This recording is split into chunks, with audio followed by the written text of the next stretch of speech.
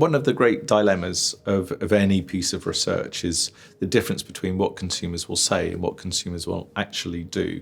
And there's a lot of data out there that's showing the spend that consumers are making in sort of eco-active or eco-considerate type categories and behaviours. So there is still this shift between what consumers say and what consumers do, but you can see it in any grocery aisle when you walk down that behaviour is being translated into action by the brands and the retailers. My name is Duncan Goose and I'm the founder of Water Unite. It's an organisation that's looking at financing water and sanitation and plastics waste management programmes in the developing world. Water Unite was founded on a really simple premise, which is trying to create a micro levy from the sales of bottled water globally at the rate of 1 cent per litre. And if you could do that in a 500 billion litre a year category, in theory, you could raise about $5 billion per annum just based on the application of 1 cent per litre. We're in a really interesting time when you look at the shocks that are going to impact the industry over the next 3 to 5 years, probably. I think consumer behaviour is changing. I think the pandemic has accelerated a lot of that change. Businesses obviously have had to make massive adjustments to that. Water Unite is able to offer both retailers and brands a solution which we believe helps address some of those environmental and eco-behaviour concerns that consumers have. You know, are things more recyclable than they were a few years ago? Are they sourced in a more environmentally friendly way? Are they lower carbon? Are they lower in plastic content? And all of these things are starting to manifest itself in a behaviour shift. And what I think is really interesting when you look at some of the work that's been done by GfK, we're seeing this gradual move towards these different behaviour trends.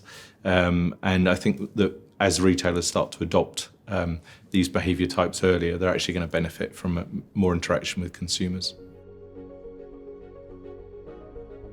One of the things that we're really thrilled about in working with GfK and the partnership that we're starting to build is the impact that we can collectively have on retailers within Europe. So GfK has done a huge amount of work on looking at eco behaviours by consumers, looking at the Who Cares Who Does research study and starting to translate that into what does that actually mean for a retailer, and specifically what does it mean for a retailer in the bottled water category. When you look at the retail landscape and you look at how retailers are trying to drive purpose-driven change and how brands are trying to drive purpose-driven change, you could actually take the Water Unite concept and apply it to any number of categories.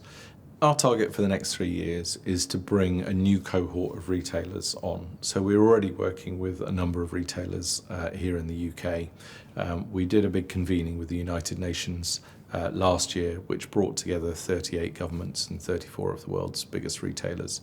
And we would like them to join and partner with Water Unite to create a micro levy that would ultimately generate somewhere between about $100 and $200 million a year as a starting point. So we've got political interest, we've got retail interest, we've got a lot of the big DFIs, the big finance institutions that want to come in and multiply the money that the retailers are putting in between 3 and 10 times and use that money to invest in these programs in developing countries.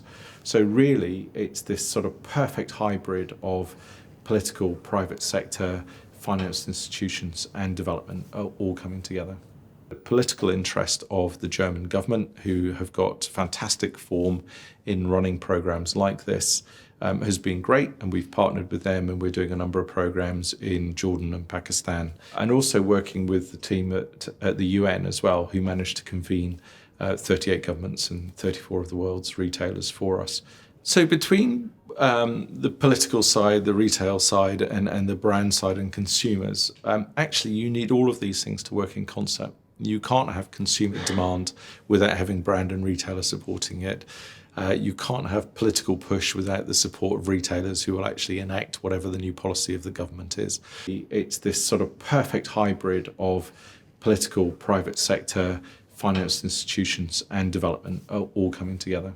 So actually everybody needs to work in concert to do this. What I think a lot of the research shows from GfK is that consumers are already on this journey. They want it and they're looking for it, and we know that there's an awful lot of value that exists in the world by helping these consumers find what it is they need. So the demand is there. The retailers need to be able to support that demand with the brands, because they can't do it by themselves. And you need government to be able to support the retailers. What we're actually starting to do is invest in programs in countries like Mozambique and India. The money that we're investing through a micro-levy on bottled water sales actually has an impact not only in this country, but across the world as well.